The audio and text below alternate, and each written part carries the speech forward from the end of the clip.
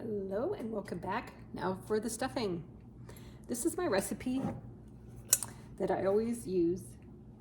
It is the cornbread stuffing. Normally I put bacon, which I did in this one, and jalapenos, but the jalapeno is going to totally collide with the whole situation of the herbs. So I only made it this time with just the bacon. The bacon's going to match my turkey bacon that you've seen previously.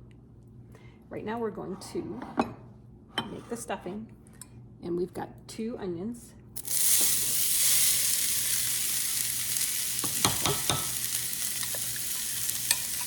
And in it I have my herb mixture. I ran out of fresh, so I took 4 tablespoons of butter, and I did a teaspoon of thyme, a teaspoon of rosemary, a teaspoon of onion salt, and I'm going to put this in with the onions. Sauté it.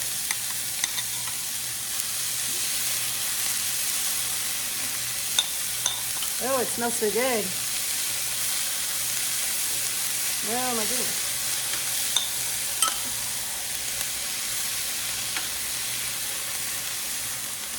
Oh my goodness, it's smelling so good. This kind of creates the herb, evenly disperses all the flavors of the herbs that we've created. Okay. And we're going to saute this probably 2-3 minutes until they're pretty much, nice and translucent, tender. All right, let's cook this up. Then the other thing I have, like this is my cornbread recipe.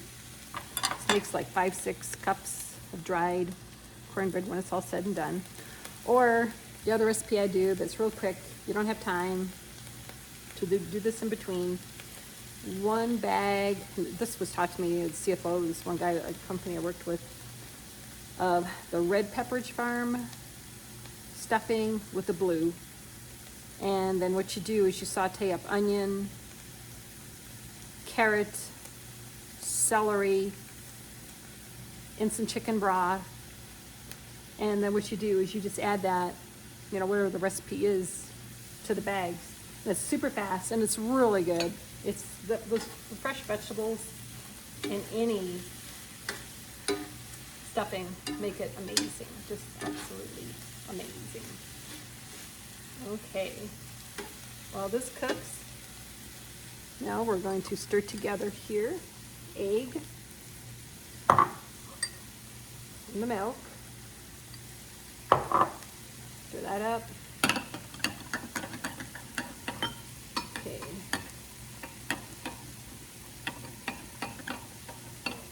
Looks like that. If we need to, I've got some chicken broth here to moisten it up even more if need be. And then we're going to just bake it in the oven in a cast iron skillet, of course.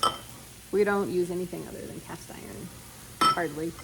Sometimes I use nonstick, but for most part. Okay, let's turn this off. It looks like it's good.